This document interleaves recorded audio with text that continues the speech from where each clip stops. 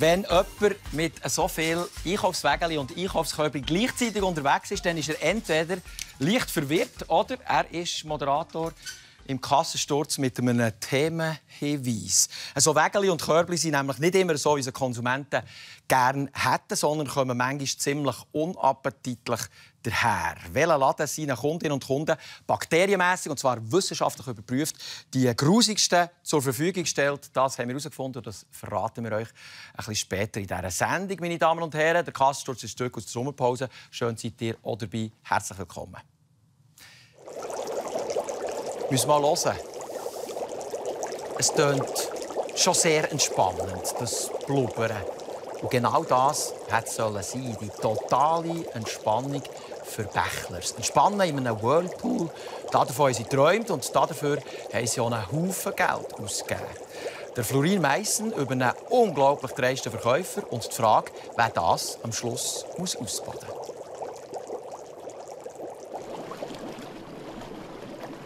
Das Wasser sprudelt angenehm warm. Alles lädt zu einem Bad ein. Vom eigenen Whirlpool hatte Elvira Bächler schon lange geträumt. Mein Mann hat dann noch gesagt, jetzt wirst du dann gleich 50 und ich glaube, jetzt wird es Zeit, wenn wir von dem Traum, den wir jetzt jahrelang geträumt haben, das umsetzen. Seit April steht der Pool im Garten. Doch die Freude daran hat sie verloren. Ich kann absolut wie einen Hass bekommen auf das Geschenk von meinem Mann auf meinem 50. Im Garten steht nämlich gar nicht der Pool, den das Ehepaar gekauft hat. Besichtigt und bestellt haben die beiden das Sprudelbad im März an der Zürcher Gartenausstellung Giardina. Hier am Stand der Firma Justma AG werden sie vom Geschäftsführer persönlich bedient. Sehr, sehr sicher waren wir dort an dem Stand, dass wir das Rechte machen. Der hat das so gut übergebracht und nie im Leben gedacht, dass wir über den Tisch gezogen wären. Der Justma-Geschäftsführer lockt mit einem satten Messerabatt. Statt angeblich 25.760 Franken kostet der Pool bloß noch 16.500 Franken. Inbegriffen ist auch ein Gerät zur automatischen Wasserreinigung für 3.250 Franken. Dieses Angebot überzeugt Familie Bächler. 4 Wochen später liefert die Firma den 300 Kilogramm schweren Pool. Noch während der Montage beschleicht Bächlers das ungute Gefühl, dass Justma ein falsches Modell installiert. Wir haben etwa 3 Mal haben wir das gesagt, es ist nicht das. Und er hat auf das gepocht, das ist der Pool und ihr habt etwas anderes gesehen. Ich habe nichts anderes. Wir haben ihm dann leider den Rest Geld gegeben. Das Ehepaar reklamiert sofort schriftlich, doch sie haben keinen schriftlichen Beleg für die Falschlieferung, auch kein Foto. Justma will von einem falschen Pool nichts wissen, monatelang. Geschäftsführer Marcel Stump schiebt alles auf die Käufer. Ich denke, Sie haben viele Pools gesehen und etwas verwechselt. Der Ton des Geschäftsführers wird immer unfreundlicher. Ich habe die Nase voll. Als Bächlers das Innere des Pools anschauen, folgt der nächste Schreck. Das 3.200 Franken teure Wasserreinigungsgerät fehlt. Das belegen diese Fotos. Ratlos wendet sich das Ehepaar an Kassensturz. Ein Kassensturzreporter geht der Sache nach. Nach langwierigen Recherchen stößt er auf den Beweis, der dem Ehepaar Bächler fehlt. Dieses Foto zeigt klar identifizierbar den Pool, den die Firma Justma an der Giardina ausgestellt und dem Paar verkauft hat.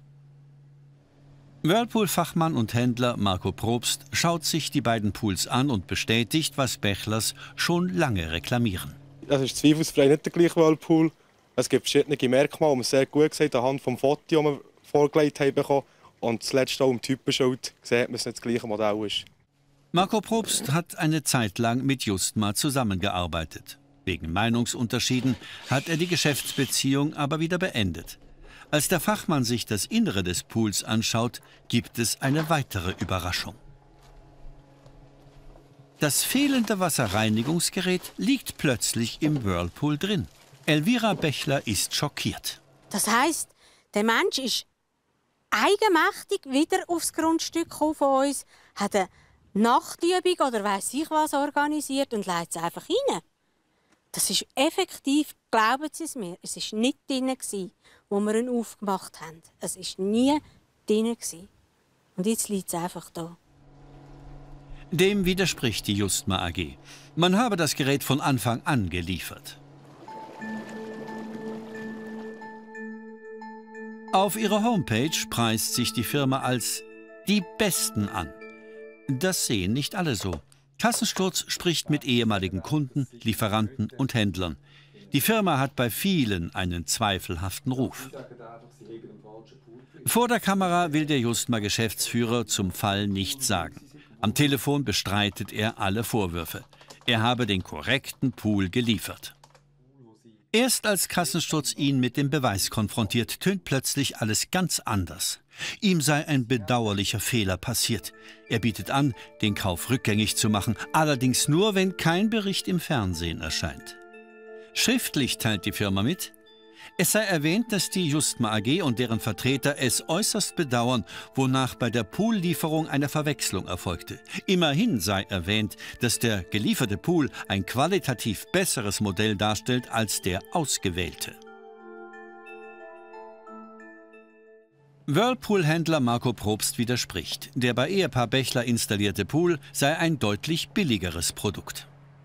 Da handelt es sich etwa um die rund 7'000 Franken installiert und montiert. Und das, was vorgestellt wurde, ist bei rund 16'000 bis 17'000 Franken. Auch wenn es um viel Geld geht, einen Maulkorb will sich das Ehepaar Bechler nicht verpassen lassen. Er soll den Pool retournieren, uns das ganze Geld geben, das wir ihm gegeben haben, mit allen Auslagen drum und wo wir hatten, rundherum. Und aufhören mit solchen Geschäftchen, Machereien. Der Whirlpool bleibt zugedeckt. Die schöne Landschaft kann das Ehepaar Bechler auch vom Bänkli aus genießen. Von Wonnen in Wanne also immer noch keine Spur, aber immerhin unterdessen haben Bechlers das Geld jetzt zurückbekommen, und zwar die ganzen 17'000 Franken. Und zwar, ihr habt gesehen im Beitrag, dank dieser Foto, das ganz klar gesagt, zeigt, dass eben der richtige Whirlpool, der sie gemeint haben, an dieser Ausstellung ist am Stand gestanden. Das Bild hat ein Besucher, der dort durchgekommen ist, gemacht. Und aufgetrieben hat es in aufwendiger Kleinarbeit mit Kollege Florin Meissen. Was wir übrigens an dieser Geschichte auch noch gut finden: Bechlers haben sich nicht einschüchtern lassen.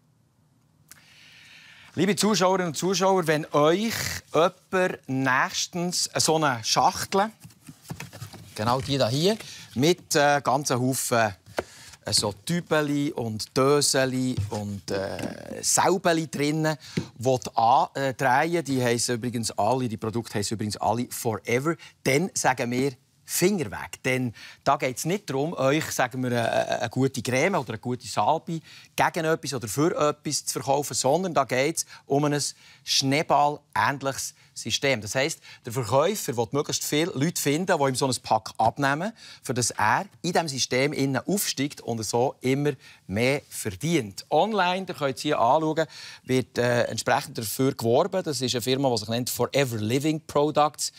Dann, wie das System funktioniert, das seht ihr hier unten in dieser einschlägigen Grafik. Und so Werbesprüche findet ihr auch da. Ohne Risiko von zu Hause aus arbeiten, unbegrenztes Potenzial. Oder werden Sie Eigentümer Ihres eigenen Geschäfts? Alles also wohlklingende und sehr eingängige Schlagworte. Ich meine, wer träumt nicht von so etwas? Einer von unseren Radiokollegen hat sich undercover von den Forever-Verkäufern einseifen. Was er erlebt hat, das erfahrt ihr morgen im Espresso. Nehmen wir an, ihr müsst operiert werden und euer Arzt sagt euch, es ist besser, wenn ihr nach dem Eingriff, also nach der Operation, noch eine Nacht im Spital bleibt. Dann geht ihr logischerweise davon aus, dass der Arzt das sagt, weil er an eure Gesundheit denkt. Möglicherweise habt ihr recht, wenn ihr das glaubt, aber nicht zwingend, weil vielleicht denkt der Arzt ganz einfach vor allem an sein Portemonnaie. Der Beitrag von Nadine Wotli. Operationszentrum Burgdorf. Die Tagesklinik führt pro Jahr 800 Eingriffe ambulant durch. Für die Patientin hat das Vorteile. Dass am gleichen Tag wieder möglich ist, heimzugehen. Und einfach die Ambiance hier finde ich sehr angenehm und sympathisch, auch kompetent von den Leuten her. Und es gibt einem ein gutes Gefühl irgendwie. Und eben, das macht wieder heim. Bald wird Heidi Matzinger am Darm operiert. Zur Vorbereitung bekommt sie ein Schmerzmittel. In 4 Stunden wird sie die Klinik bereits wieder verlassen können. Eine gute Schmerzbehandlung und eine nebenwirkungsarme Rückenmarkanästhesie machen das möglich.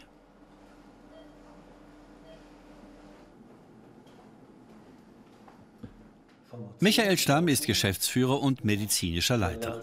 Seit 4 Jahren macht seine Tagesklinik den Spitälern Konkurrenz.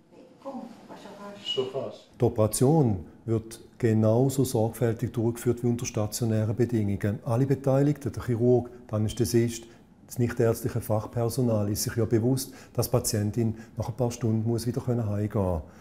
Patientinnen und Patienten werden erst entlassen, wenn man mit der Sicherheit grenzender Wahrscheinlichkeit ausschliessen kann, dass keine Komplikation mehr auftritt. Viele leichtere Eingriffe wie Leistenbrüche, Hämorrhoiden oder Meniskusoperationen lassen sich medizinisch sicher ambulant durchführen.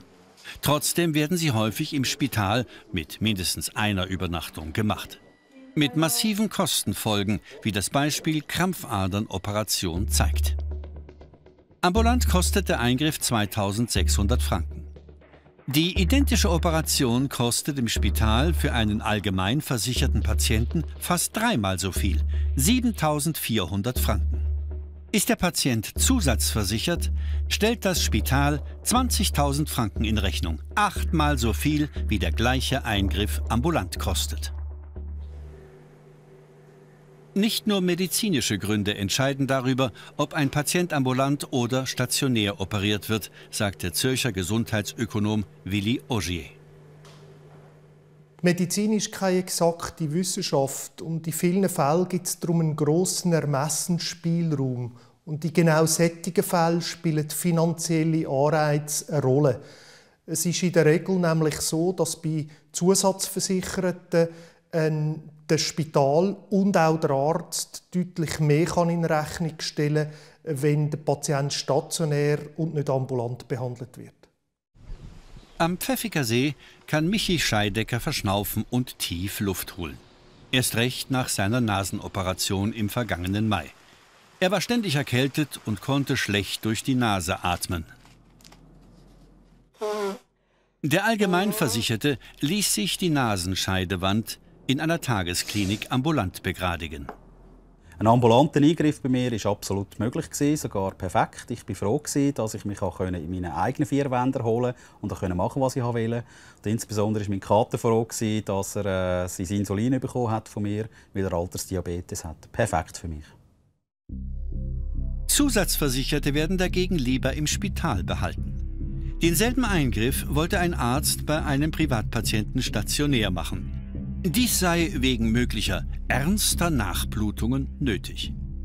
Als der Arzt erfuhr, dass Kassensturz ein Interview mit dem Patienten plante, operierte er ihn plötzlich ambulant und verbot ihm das Interview. Die Nase ambulant zu operieren kostet 4.500 Franken. In einem Zürcher Spital mit Übernachtung wird's wesentlich teurer, nämlich 8.700 Franken. Mit einer Zusatzversicherung kostet der gleiche Eingriff 28.000 Franken. Ein Leistungserbringer kann bis 7-mal mehr verdienen, ganz einfach, indem er einen Patienten im Spital übernachten lässt. Das ist natürlich ein sehr grosser finanzieller Anreiz, der auch von den Ärzten nicht bestritten wird. Freddy Bacchetto, Mediziner und Direktor der Assura, stellt fest, Ärzte behalten Zusatzversicherte eher im Spital. Als erste Krankenkasse stellt sich Assura jetzt quer und zahlt rund 20 Eingriffe nur noch ambulant, sofern medizinisch nichts dagegen spricht. Das sind Routineeingriffe, die medizinisch sicher mit dem gleichen Ergebnis ambulant wie auch stationär durchgeführt werden. Wir halten uns an das Prinzip der Wirtschaftlichkeit und zahlen einfach den viel günstiger ambulanten Eingriff. Eine Umfrage bei Krankenkassen zeigt, Assura steht mit ihrer Politik ziemlich allein da. Keine der größeren Kassen besteht darauf, dass gewisse Eingriffe ausschließlich ambulant gemacht werden. Man entscheide im Einzelfall. Das hat seinen Grund. Denn oft fahren Krankenkassen günstiger, wenn im Spital operiert wird. Dies zeigt das Beispiel einer Korrektur der Nasenscheidewand in einem Zürcher Spital. Ambulant kostet der Eingriff 4.500 Franken. Das zahlt die Kasse allein. Der gleiche Eingriff im Spital kostet die Kasse nur 3.900 Franken. Der Kanton zahlt daran 4.800 Franken, denn er muss sich an jeder Rechnung mit 55% beteiligen. Es ist tatsächlich so, dass für uns der Preisunterschied beim Allgemeinversicherten zwischen ambulant und stationär nicht sehr groß ist. Wir sind aber der Meinung, dass es volkswirtschaftlich ein Blödsinn ist, wenn man unnötige, teure, stationäre Operationen fördert, weil das am Schluss ja gleich wieder einem Prämienzahler und einem Steuerzahler in Rechnung gestellt wird. Das zeigt sich auch bei einer Meniskusoperation. Ambulant kostet sie 2.400 Franken. Im Spital mit Übernachtung zahlt die Grundversicherung 1.800 Franken, 1.900 Franken finanziert der Kanton, macht 3.700 Franken. Ist der Patient zusatzversichert, kostet der gleiche Eingriff insgesamt 13.200 Franken, fast 6-mal so viel wie der ambulante Eingriff. Medizinerstamm hat 11 Operationen durchgerechnet. Würden sie ambulant gemacht, könnten 100 Millionen Franken gespart werden. Hochgerechnet auf alle ambulant machbaren OPs ergibt sich ein Sparpotenzial von mehreren 100 Millionen Franken. Das System führt auch dazu, dass viele von meinen Kolleginnen und Kollegen befangen sind. Sie tun nicht mehr allein aufgrund von medizinischen Kriterien zu einem stationären Aufenthalt und zu einer bestimmten Aufenthaltsdauer raten. Heidi Matzingers OP verlief problemlos. Sie kommt ins Aufwachzimmer der Tagesklinik Burgdorf. In 2 Stunden kann sie nach Hause. Ja, eigentlich das Gefühl, ich könnte über alle Berge kumpen, schon wieder. Ohne Qualitätsverlust ließen sich Hunderte Millionen Franken sparen, würden mehr Patienten ambulant operiert. Einer, der jeden Tag darüber entscheiden muss, ob eine Patientin ambulant oder doch eher stationär behandelt wird, ist unser heutiger Studiogast. Er ist selber Chirurg, er ist Belegarzt an verschiedenen Spitälern und er ist heute hier in der Funktion als Mitglied vom Zentralvorstand der FMH. Sein Name ist Urs Stoffel. Herr Stoffel, danke für eure Zeit. Willkommen im Kassensturz. Grüezi, Herr Spitzer. Viele Ärzte denken an ihr Portemonnaie, wenn sie entscheiden, ambulant oder stationär. Wie findet ihr das? Das würde ich so nicht sagen. Man muss die Entscheidung jeden Tag fällen, gerade auf dieser Schnittstelle zwischen ambulant und stationär. Und die Entscheidung ist von ganz vielen Faktoren abhängig. Es geht nicht um eine Diagnose, die man operiert, um Diagnosecode, sondern es geht um Menschen, die man operiert. Und dort muss man das Risiko abwägen, das so ein Eingriff hat. Es ist abhängig vom Alter. Es ist abhängig, ist der Patient jung und gesund oder ist er ein älterer Patient, der noch verschiedene andere Hypotheken hat, verschiedene andere Krankheiten. Letztlich ist die Verantwortung beim Arzt. Und wenn es gut geht, kann man sagen, ja, hätte man auch ambulant machen können. Und wenn es eine Nachblutung gibt, hat man doch sehen, dass das eine gefährliche Operation ist. Also die Verantwortung hat der Arzt und bleibt beim Arzt. Und er muss nach seinem besten Wissen und Gewissen den Entscheid fällen. Das ist völlig klar. Das stellt auch niemand in Abrede. Am Schluss stellt man einfach fest, dass jetzt, ich sage, zufälligerweise Fragezeichen bei den Zusatzversicherten der Anteil von denen, die im Spital müssen bleiben aufgrund des Arztentscheids, was natürlich viel mehr Geld euch und im Spital bringt, dass es höher ist als bei den Grundversicherten. Zufall. Also, dass das eine Rolle spielt für die Entscheidung, will ich noch mal ganz klar sagen, nicht Einzelfall. Ich komme nicht daher zum Einzelfall verteidigen, sondern ich wehre mich gegen das Suggerieren davon, dass das System ist. Einfach, man schaut schnell nach, sie sind privat, also dann machen wir stationär. Alles andere spielt keine Rolle. Und wenn sie allgemein sind, ambulant. Sondern der Entscheid fällt ganz klar aus medizinischen Gründen, ja, ambulant oder stationär. Es gibt weitere Fakten, die es eben belegen, dass es so passiert. natürlich der grösste Teil der Ärzte vermutlich nicht, aber doch ziemlich viele Ärzte. Wenn man zum Beispiel schaut, es gibt Kantone, und das finde ich höchst interessant, wo Belegärzte quasi inkorporieren, also alle zusammen sagen, gewisse, auch leichte Operationen, die machen wir nur stationär. Und das kann ja nicht sein. Dass in jedem Kanton X einfach nur die schwierigeren Fälle sind. Oder wie muss ich mir das vorstellen? Also, das geht sicher nicht, dass man einfach pauschal, ohne Berücksichtigung vom individuellen Einzelfall solche Regeln aufstellt. Also da würdet ihr, darf ich nicht unterbrechen, ja. Da würdet ihr sagen, das geht nicht. Das ist moralisch oder ethisch, wie auch immer, finden wir nicht gut. A priori Regeln aufzustellen, ohne Berücksichtigung von diesen Faktoren geht. Okay. Wenn einer, jetzt während unserer Recherche hat uns zum Beispiel der Belegarzt gesagt, wirklich fadengerade ins Gesicht raus, wisst ihr, ambulant operieren lohnt sich für mich nicht. Was sagen Sie zu so einer Aussage? Wie gesagt, ich verteidige nicht Einzelaussagen oder Einzelfälle. Das ist durchaus möglich, dass das gibt. Ich wehre mich dagegen, dass man sagt oder suggeriert, auch in dem Beitrag suggeriert, das ist das System. Man sagt einfach, es ist abhängig vom Versicherungsstatus. Das ist nicht so. Aber wir haben einen Beitrag auch gezeigt, und das finde ich eben auch noch interessant. Es geht auch anders. Also wir haben das Operationszentrum gezeigt, wo genauso verantwortungsvolle Ärzte arbeiten, wie ihr wahrscheinlich oder sicher auch einer seid. So. Und das geht ja dort. Also offenbar ist es machbar, dass man gewisse Operationen vor allem ambulant macht. Seid ihr da einverstanden? Das ist so. Es ist ja auch vom Herrn Berset ganz klar ambulant vor stationär. Es hat eine massive Verschiebung im ambulanten Bereich. Nicht umsonst sind die Spitalkosten im ambulanten Bereich so stark gestiegen.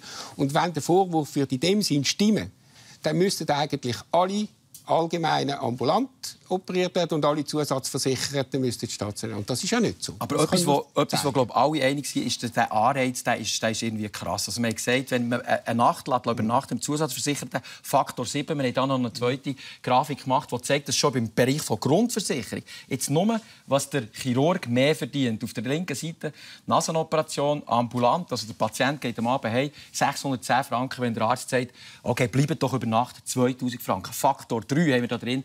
Und rechts noch das Beispiel mit der Krampfader, eine sehr verbreitete Operation. Faktor 3. Wie könnt ihr, Herr Doktor, sage ich jetzt, wie könnt ihr dieser Versuchung widerstehen, Herr Doktor? Dieser Versuchung muss ich jeden Tag widerstehen, weil es ist für jede ärztliche Leistung so. Sie können das immer bringen. Sie können sagen, wenn er mehr rausschneidet, nein, das ist die gleiche Leistung. Nein, also, Entschuldigung, das ist die gleiche Leistung. Also am Schluss ist die Krampfader draussen, ja. aber mit dem einen hat er 900 verdient oder fast 1000 und sonst 340. Also ist ganz klar, es ist ja ein Anreiz, wie Sie richtig sagen, aber das ist eine ethische Entscheidung, die man machen muss. Man tut einen Patienten nicht umsonst im Spital halten, wenn man es verantworten kann, ihn ambulant zu operieren. Und es wird ja auch gemacht, aber es ist eine Verantwortung, die bei jedem einzelnen Arzt liegt. Sind wir uns einig, dass der Anreiz eigentlich weg sollte? Sind wir uns da einig? Weil so, offenbar tun einfach Ärzte ökonomisch entscheiden. Solange das so auf dem Papier ist, wie Sie das gezeigt haben, kann ich nachvollziehen, dass es für den Bürger, für den Zuschauer sagt, das kann ja nicht sein, dass das keinen Einfluss hat. Und ich bin gleicher Meinung wie Sie, wenn man das wegbringen kann, und das gibt Möglichkeiten, es gibt Möglichkeiten. Würdet ihr mitschaffen, wenn die Initiative losgeht unter den zwischen den Tarifpartnern? Der Herr Stoffel ist dabei. Sie haben es genau richtig gesagt, unter den Tarifpartnern. Wenn Tarifpartner untereinander miteinander eine Pauschale zum Beispiel verhandelt, wo sie sagen, es spielt nicht mehr eine Rolle, ob es stationär oder ambulant ist, stufengerecht und so weiter, dann ist die Ärzteschaft, dann ist die FMH sehr gern bereit, sich mit solchen Fragen zu beschäftigen und auch auf solche Verhandlungen einzusteigen. Gut, das heisst also, ich tue das in eurem Sinn zusammenfassen, mit meinen Worten, in 5 Jahren können wir darüber über das Problem nicht mehr berichten, weil es dann gelöst ist. Wir hoffen es. Wir hoffen es, sagt der Urs Stoffel. Ich sage merci für eure Zeit und das Gespräch bei unserem Kassensturz. Meine Damen und Herren, das war die Stellungnahme und die Haltung von Urs Stoffel. Was ihr zu diesem Thema und zu seinen Ansichten meinen, das könnt ihr jetzt schreiben auf der Rubrik «Ihre Meinung», Internetadresse srf.ch/konsum.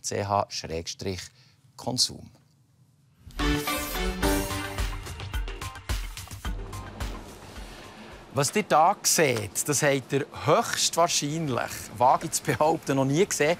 Das gibt es nämlich erst seit ganz kurzer Zeit. Die Premiere in der Schweiz, eine Wäscheanlage für Einkaufskörbe. Und zwar steht die Anlage irgendwo in der Region Bern und sie putzt im Auftrag von Coop. Und zwar jeden Tag 1000 Stück. Wie ihr es hier seht, eine Wäscheanlage für Einkaufskörbe. Es gibt wirklich nichts, was es nicht gibt. Aber für viele Konsumentinnen und Konsumenten ist es höchste Zeit für so eine Anlage. Bei den Körbli ist es katastrophal vielmals. Also man nimmt eins in die Hand und dann ist es so schleimig und klebrig und denke ich, oh Gott, dort rein will ich irgendwie eine Frucht hinlegen. Salat oder Bananen habe ich schon drin gesehen, Schalen oder Papierli halt, Einkaufszettel.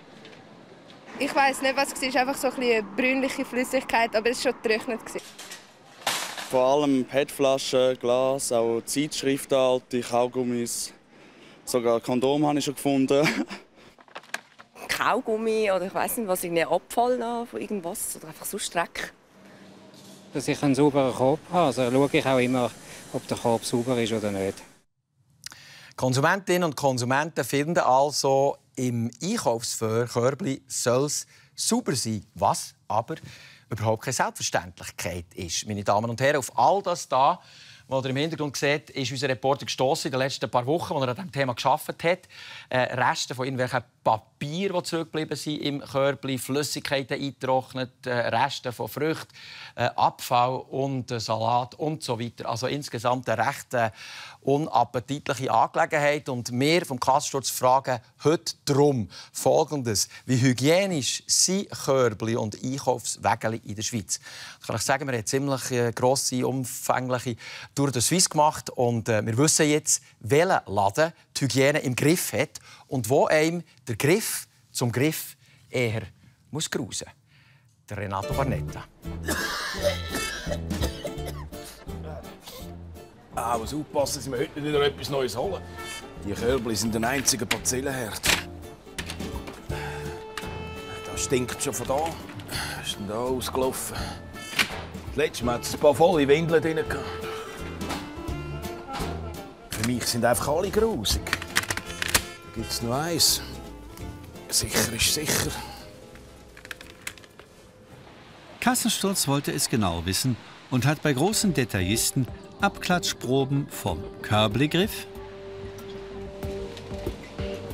vom Wägeli-Griff und vom Körbli-Boden genommen. Wie grusig sind sie wirklich?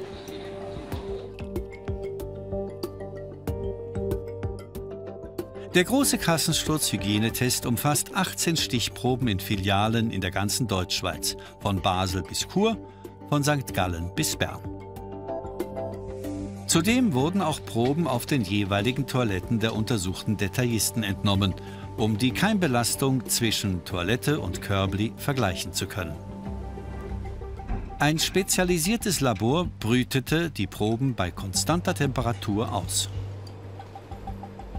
Und tatsächlich, das Labor entdeckte aerobe mesophile Keime und Enterobakterien. Kassensturz legt die Laborergebnisse dem Institut für medizinische Mikrobiologie der Uni Zürich vor. Der medizinische Mikrobiologe Reinhard Spinden interpretiert, was das Labor genau gefunden hat. Wir haben einerseits Bakterien, die bei 30 Grad während 72 Stunden gewachsen sind, auch zum Teil ein paar Hefe dazu. Und die sind offenbar auf den Oberflächen, die man getestet hat, oben drauf gewesen. Man hat aber gleichzeitig auch noch geschaut, ob man sogenannte Enterobakteriaceen findet. Das sind Bakterien, die im Darm von Mensch und Tier, aber auch in der Umwelt sein können. Die Laborergebnisse im Detail.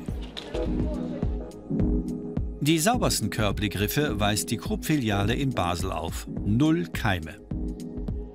Die meisten Keime am Körbli-Griff fand Kassensturz in der Migros-Filiale in Zürich, belastet mit 80 aeroben mesophilen Keimen pro 10 Quadratzentimeter. Das sind mehr Keime als auf der Migros-WC-Brille. Wirklich grusig sind aber die Körbli-Griffe von Manor. In beiden getesteten Filialen fand das Labor auf den Körbli-Griffen zwar wenige aerobe mesophile Keime, dafür aber eine Kolonie von Enterobakterien, also Darmbakterien. Gleich viel wie auf der WC-Brille von Manor. Allerdings hat man keine E. coli bei sämtlichen Proben gefunden, sondern nur ganz vereinzelte Enterobakteriaceen, aber natürlich sehr viele normale Bakterien, die wir alle auf der Haut tragen. Was? Nichts gefunden? Die haben doch Tomaten von den Augen. Das ist doch überall dreckig.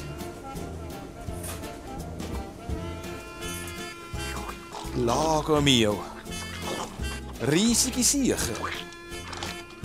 So, da gibt es noch eins. Aufrüsten. Und zwar richtig.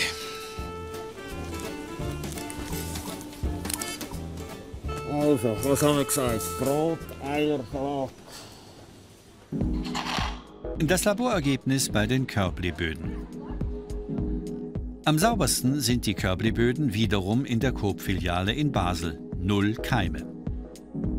Ein ganz anderes Bild allerdings bei Coop in Bern. Hier fand das Labor über 100 Keimkolonien auf 10 Quadratzentimetern. Erstaunlich, denn Coop Bern lässt seine Körbli seit kurzem durch diese Waschanlage reinigen.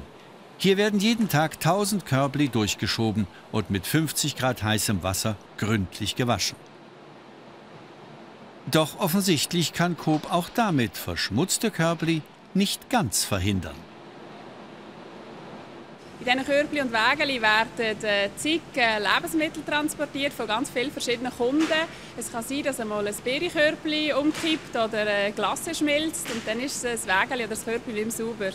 Aber wir freuen uns, dass Sie eben noch ein ganz gutes Beispiel gefunden haben. Das zeigt, dass wir wirklich alles daran setzen, dass die Körbli und Wägeli in der Regel sauber sind. Und für das reinigen wir sie eben auch regelmässig reinigen. Und wie sauber sind die Wägeli-Griffe? Klarer Sieger, die Coop-Filiale in Basel. Auch auf dem Wägeli-Griff 0 Keime. Die meisten Keime kleben am Wägeli-Griff der Manor-Filiale in Basel mit 100 Keimkolonien pro 10 Quadratzentimeter. Das Labor findet zudem 4 Enterobakterienkolonien, mehr als auf jeder getesteten WC-Brille.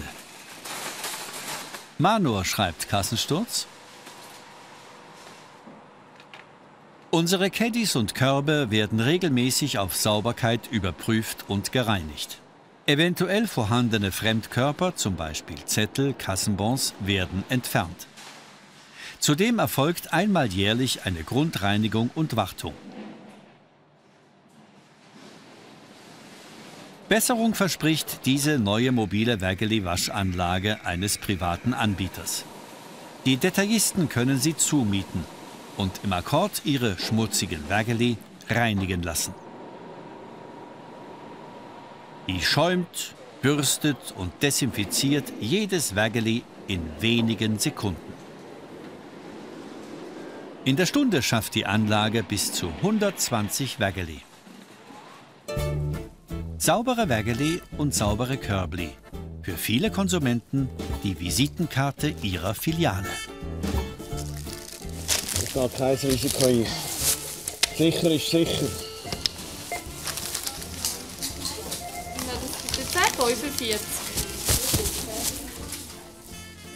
Ich glaube, der Beat Schlatter kann nächstes Mal mit gutem Gewissen wieder ohne Schutzanzug und Maske einkaufen, weil das kann man generell sagen. Die Schweiz ist schon in Sachen Einkaufskörbli und Einkaufswägeli einfach super, zumindest nicht gesundheitsgefährdend dreckig. Die sauberste Filiale in der Schweiz, das gehört im Beitrag Coop. Sie steht in Basel, und zwar am Südbahnhof. Der Club heute Abend, meine Damen und Herren, über Menschen mit Angststörungen in Form von Panikattacken oder als Dauerzustand. Jeder Fünfte ist betroffen. Im Club reden Leute über ihre Ängste. Und 10 vor 10, jetzt auf diesem Kanal, berichtet unter anderem darüber, dass ausserorts auf der Straße zu wenig geblitzt werde. Dabei sind dort tödliche Unfälle besonders häufig. Wir sind in einer Woche wieder da. Ihr könnt es gerne weiter sagen. Bis dann.